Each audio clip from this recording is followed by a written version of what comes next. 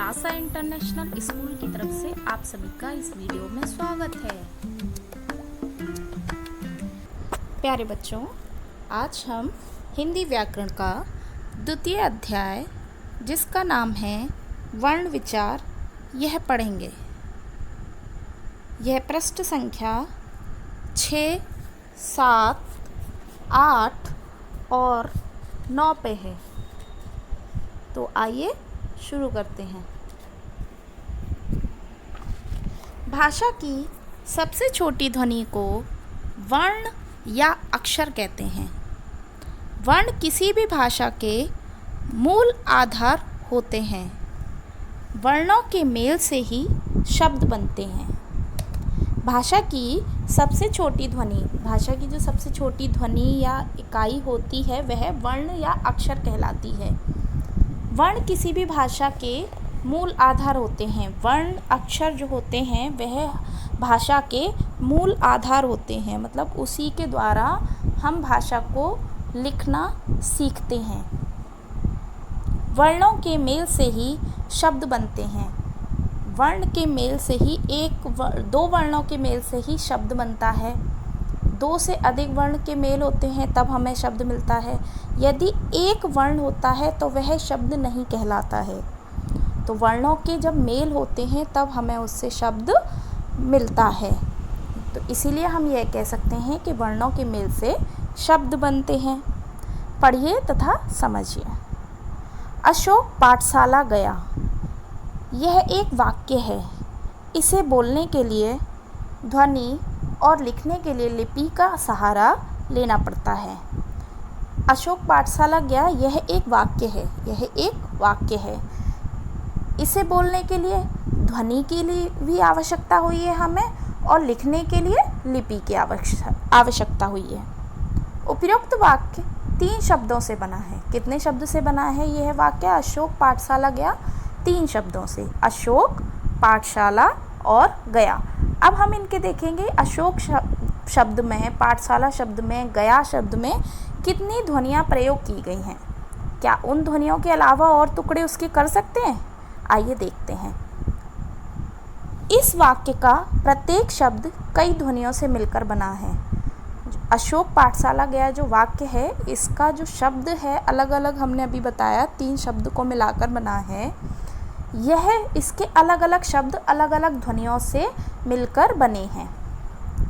जैसे अशोक जो है वह 5 ध्वनियों से मिलाकर बना है। अ, श, ओ, क, अ। यह अशोक शब्द में 5 ध्वनियाँ हैं। पाठशाला, प, आ, ठ, अ, श, आ, ल, आ। कुल मिलाकर इसमें जो ध्वनि प्रयोग की गई हैं वह 8 ध्वनियाँ हैं। गया, ग, अ, य, आ। इसमें कुल कितनी ध्वनियाँ प्रयोग की गई हैं? 4 ध्वनियाँ। इससे हमें क्या पता चलता है कि इतनी ध्वनियाँ मिलाकर यह वाक्य बना है। पहले वह शब्द बना है, शब्द के बाद वह वाक्य बना है। आइए जानते हैं। इन ध्वनियों के और टुकड़े या खंड नहीं किए जा सकते, अतः इन्हें वर्ण कहते हैं। जैसे अ, आ, इ, उ, क, ख, त, प आदि। यह ऐसे वर्ण हैं जिनके और टुकड़े नहीं किए जा सकते। हिंदी भाषा में प्रयुक्त होने वाली छोटी से छोटी ध्वनि को वर्ण या अक्षर कहते हैं, या हम कह सकते हैं भाषा की सबसे छोटी इकाई वर्ण कहलाती है। भाषा की सबसे छोटी इकाई वर्ण कहलाती है जिसके और टुकड़े नहीं किए जा सकते। यह वर्ण की परिभाषा है। हिंदी भाषा में प्रयुक्त होने वाली छोटी से छोटी ध्वनि को वर्ण या अक्षर कहते हैं। वर्णमाला क्या होती है? वर्णों के व्यवस्थित समूह को वर्णमाला कहते हैं। वर्ण मिलकर वर्णमाला बनाते हैं, उनका व्यवस्थित समूह होता है, उसको हम वर्णमाला कहते हैं। हिंदी वर्णमाला में कुल 52 वर्ण हैं। हिंदी वर्णमाला में कितने वर्ण हैं? 52, 52 वर्ण हैं। वर्ण के भेद, वर्ण के कितने भेद होते हैं?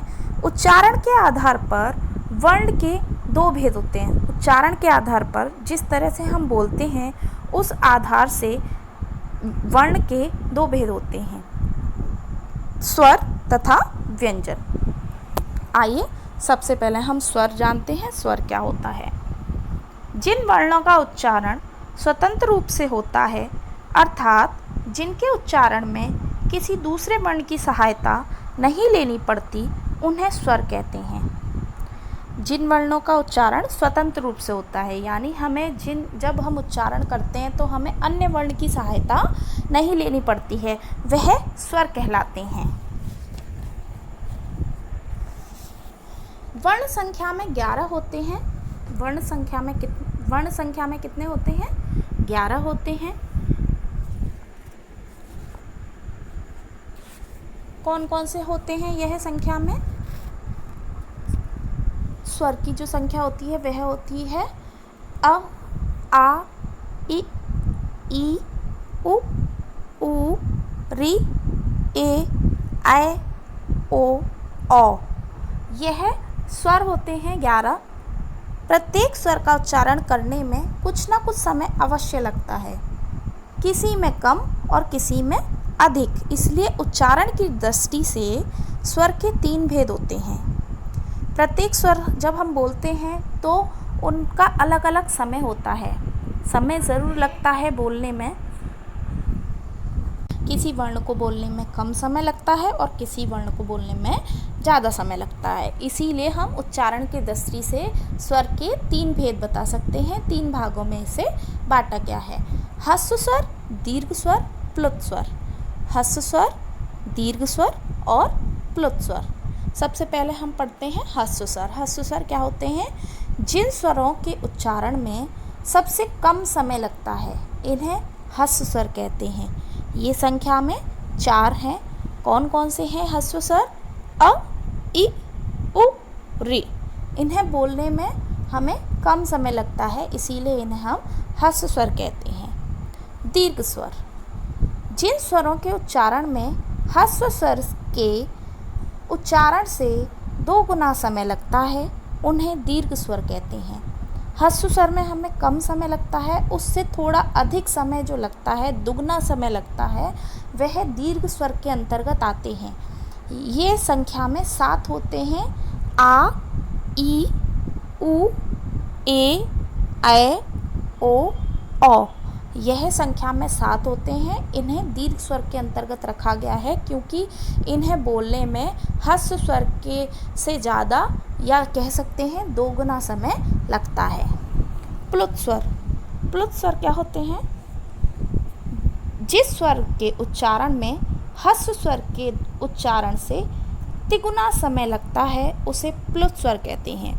हमने अभी पढ़ा ह्रस्व स्वर में हमें कम समय लगता है, दीर्घ स्वर में ह्रस्व स्वर से दुगना समय लगता है और प्लुत स्वर में हमें तिगना समय लगता है, इसीलिए हम इसे प्लुत स्वर कहते हैं। इसे हिंदी में अंक 3, हिंदी का जो 3 होता है उसके रूप में लिखते हैं। इस जैसे हे राम, ओम। इसमें हमें बोलने में कितना समय लग रहा है? 3 गुना अधिक समय लग रहा है, इसीलिए इसे हिंदी के 3 गिनती के रूप में दर्शाया जाता है। विशेष। विशेष क्या है? अयोगवह, अंग और अह, ये दोनों वर्ण स्वर के अंतर्गत आते हैं, किंतु ये ना तो स्वर है और ना ही व्यंजन। यह स्वर के अंतर्गत आते हैं लेकिन ना यह स्वर है और ना ही व्यंजन है, इसलिए इन्हें अयोगवा कहा जाता है। अंग के चिन्ह बिंदी का अनुस्वार तथा अंग के चिन्ह 2 बिंदी को विसर्ग कहते हैं। अंग का चिन्ह एक बिंदी के रूप में दर्शाया जाता है, इसीलिए इसे अनुस्वार कहते हैं, और अहा का चिन्ह 2 बिंदी के रूप में दर्शाया जाता है, इसलिए इसे विसर्ग कहते हैं। अनुस्वार। अनुस्वार क्या होता है? इसका उच्चारण करते समय हवा केवल नाक से निकलती है, इसे बिंदु के रूप में दर्शाया जाता है या लिखा जाता है, जैसे गंगा, जंगल, हंस आदि। अनुस्वार क्या होता है? इसका जब हम बोलते हैं, उच्चारण करते हैं, तो करते समय जो हवा है वह हमारे नाक से निकलती है। एक बार बोल के देखिए, गंगा, जंगल, हंस। तो यह हमारा उच्चारण जो है वह किससे हो रहा है? नाक से हो रहा है, इसलिए इसे अनुस्वार कहा जाता है। इसका जो चिन्ह है वह एक बिंदु के रूप में किया जाता है। अनुनासिक, इसका उच्चारण करते समय हवा मुख और नाक दोनों से निकलती है। इसे चंद्र बिंदु के रूप में लिखा जाता है। किसके रूप में लिखा जाता है? इसे चंद्र बिंदु के रूप में लिखा जाता है। और जब हम इसका उच्चारण करते हैं तो हवा जो है वह नाक और मुख दोनों से निकलती है। इसके उदाहरण हैं हंसना, चांद, सांप आदि। विसर्ग, विसर्ग का उच्चारण हा ध्वनि के समान होता है। जब हम इसका उच्चारण करते हैं तो हमारे मुख से हा ध्वनि निकलती है, जैसे अतः, नमः, प्रातः। यह सभी इसके पीछे जब हम बोल रहे हैं तो हा की ध्वनि निकल रही है। स्वरों का प्रयोग, स्वरों का प्रयोग हम किस प्रकार करते हैं? स्वरों का प्रयोग हम दो प्रकार से करते हैं। मूल रूप से स्वर का प्रयोग या मात्रा के रूप में स्वर का प्रयोग। सबसे पहले हम पढ़ते हैं मूल रूप में स्वर का प्रयोग किस प्रकार किया जाता है। स्वरों का मूल रूप में भी प्रयोग किया जाता है, जैसे अमरूद, आकाश, इमली, इनाम, उजाला, उद्विलाप, ऋषि, एक, ऐरावत, ओढ़नी, औरत आदि। यह सभी जिस स्वर हैं, स्वरों का मूल रूप से प्रयोग किया गया है। मात्रा के रूप में स्वर का प्रयोग किस प्रकार किया जाता है? स्वरों को व्यंजनों के साथ मिलाकर लिखने के लिए प्रत्येक स्वर का एक चिन्ह निर्धारित किया गया है। इन चिन्हों को मात्रा कहते हैं। मूल रूप से हमने देखा, इसमें हमने स्वर का मूल रूप प्रयोग किया गया था। अब हमें इसे मात्रा के रूप में प्रयोग करना है। स्वर को जब हम व्यंजन के साथ मिलाते हैं तो उनके लिखने के लिए कुछ चिन्ह निर्धारित किए गए हैं। उन स्वर के लिखने के लिए कुछ चिन्ह निर्धारित किए गए हैं। उन चिन्हों को हम मात्रा कहते हैं। उन चिन्हों को हम क्या कहते हैं? मात्रा कहते हैं। ये मात्राएं इस प्रकार हैं। ये मात्रा किस प्रकार है? आइए देखते हैं। स्वर, मात्रा, व्यंजन के साथ मात्रा और शब्द। व्यंजन के साथ मात्रा का किस प्रकार प्रयोग किया जाता है और किस प्रकार यह परिवर्तित हो जाते हैं। जैसे आ की कोई मात्रा नहीं होती है, यह सभी व्यंजन के साथ लगा हुआ होता है। का, उसके शब्द देखते हैं, कमल, कलम। आ की मात्रा, उसकी मात्रा एक होती है, वह वर्ण के पीछे लगाई जाती है। इसका उच्चारण देखते हैं, का। इसके कुछ शब्द देखते हैं, काम, कान। से ही इक की मात्रा वर्ण के आगे और वर्ण के ऊपर लगाई जाती है। इसका उच्चारण है कि। इसके कुछ शब्द हैं, किरण, किला। ई की मात्रा वर्ण के पीछे और वर्ण के ऊपर लगाई जाती है। इसका उच्चारण है मात्रा के साथ की, कीमत, कील। उक की मात्रा वर्ण के नीचे लगाई जाती है। यह इसका उच्चारण है को। इसके कुछ शब्द हैं, कुसुम, कुल। ऊ की मात्रा भी वर्ण के नीचे लगाई जाती है। इसका उच्चारण है कू। इसके कुछ शब्द हैं, कूद, कूच। री की मात्रा वर्ण के नीचे लगाई जाती है। इसका उच्चारण है क्र। उसके कुछ शब्द हैं, कृपा, कृत्य। ए की मात्रा वर्ण के ऊपर लगाई जाती है। इसका उच्चारण किस प्रकार करते हैं? के, केला, केश। ए की मात्रा वर्ण के ऊपर लगाई जाती है। इसका उच्चारण है कै, कैसा, कैद। ओ की मात्रा वर्ण के पीछे और वर्ण के ऊपर लगाई जाती है। इसका उच्चारण है कौ। इसके वर्ण हैं कोट, कोयल। ओ की मात्रा वर्ण के पीछे और वर्ण के ऊपर दो मात्रा के रूप में दर्शाया जाता है। इसका उच्चारण है कौ। इसके कुछ शब्द हैं कौआ, कौन। तो आपने यहाँ पर देखा व्यंजन के साथ जब हम मात्रा का प्रयोग करते हैं तो उच्चारण में स्वर की ध्वनि निकलती है और व्यंजन के साथ